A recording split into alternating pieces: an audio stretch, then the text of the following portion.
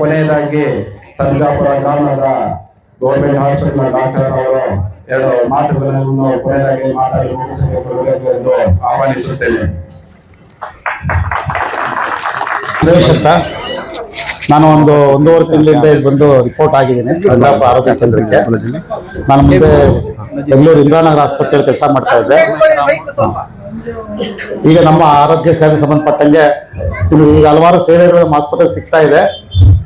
ಮುಖ್ಯವಾಗಿ ಗರ್ಭಿಣಿ ಸೇವೆ ತಪಾಸಣೆ ಮತ್ತು ಮಕ್ಕಳ ಒಂದು ಚುಚ್ಚುಮದ್ದು ಕಾರ್ಯಕ್ರಮ, ಇದೆಲ್ಲ ಕಾರ್ಯಕ್ರಮಕ್ಕೂ ಎಲ್ಲರೂ ಬಂದು ತೋರಿಸ್ಕೊಳ್ತಾ ಇದ್ದಾರೆ. ಎಸ್ಪೆಷಲಿ ನಾನು ಬಂದು ನೋಡಿದಂಗೆ ಅಡಿಗರ ಕಲ್ಲೂರಿಯಿಂದ ತುಂಬಾ ನಮ್ಮ ಮುಸಲ್ಮಾನ್ ಮಹಿಳೆಯರು ತುಂಬಾ ಗರ್ಭಿಣಿ ಸೇವೆ ಕೂಡ ಚೆಕಪ್ ನಮ್ಮಲ್ಲಿ ಬರ್ತಾ ಇದ್ದಾರೆ. ನಮ್ಮ ಆಸ್ಪತ್ರೆಯಲ್ಲಿ ಹಲವಾರು ಸೌಲಭ್ಯಗಳಿದೆ. ದಯವಿಟ್ಟು ತಾವು ಎಲ್ಲೂ ಹೋಗದೆ ನಮ್ಮಲ್ಲೇ ಬಂದು ತೋರಿಸ್ಕೊಳ್ಳಿ. ನಮ್ಮಲ್ಲಿ ಇಲ್ಲದೇ ಇರುವಂತಹ ಸೌಲಭ್ಯಗಳಿಗೆ ನಾವು ಬೇರೆ ಆಸ್ಪತ್ರೆಗೆ, ಸರ್ಕಾರಿ ಆಸ್ಪತ್ರೆ ಆದ್ರಿಂದ ನಾವು ಆನೇಕಲ್ಲು ಅಥವಾ ವಾಣಿ ವಿಲಾಸ ಆಸ್ಪತ್ರೆಗೆ ಮಾತ್ರ ನಾವು ಸೂಚನೆ ಕೊಡಕ್ಕಾಗುತ್ತೆ.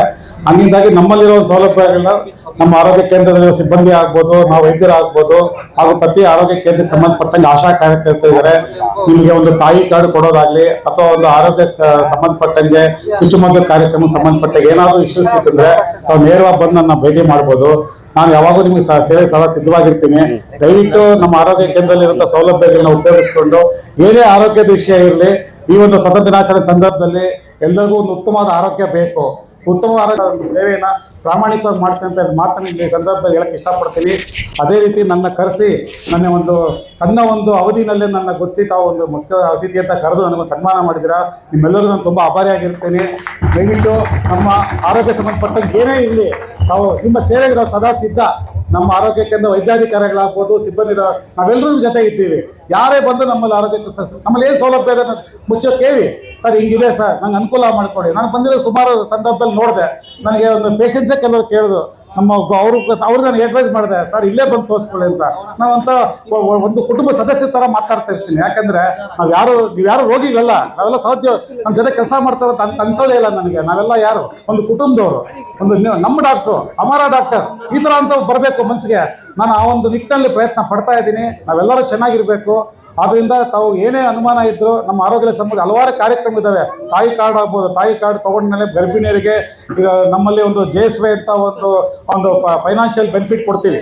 ಅದು ನಮ್ಗೆ ಇನ್ನೂ ಫಂಡ್ಸ್ ಬಂದಿಲ್ಲ. ಬಂದಾಗ ಖಂಡಿತವಾದ ನಿಮ್ಮ ಅಕೌಂಟ್ಗೆ ಕ್ರೆಡಿಟ್ ಆಗುತ್ತೆ. ಅದು ಉಚಿತವಾದ ಹೆರಿಗೆ ಸೌಲಭ್ಯ ಇದೆ.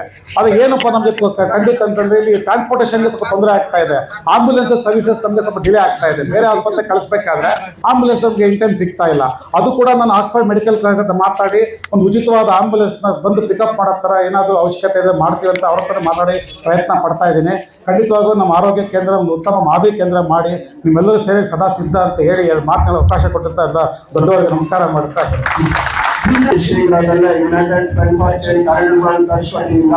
ನಾವು ಆಂಬುಲೆನ್ಸ್ ಅನ್ನು ಸರ್ಜಾಪುರದಲ್ಲಿ ಏರ್ಪಡಿಸಲು ಪ್ರಯತ್ನದಲ್ಲಿದ್ದೇವೆ. ನಿಮ್ಮೆಲ್ಲ ಸಹಕಾರದಿಂದ ನಾವು ಆ ಕೆಲಸವನ್ನು ಮಾಡಲು ಸಾಧ್ಯವಾಗುತ್ತದೆ ಅಂತ ಹೇಳುತ್ತಾ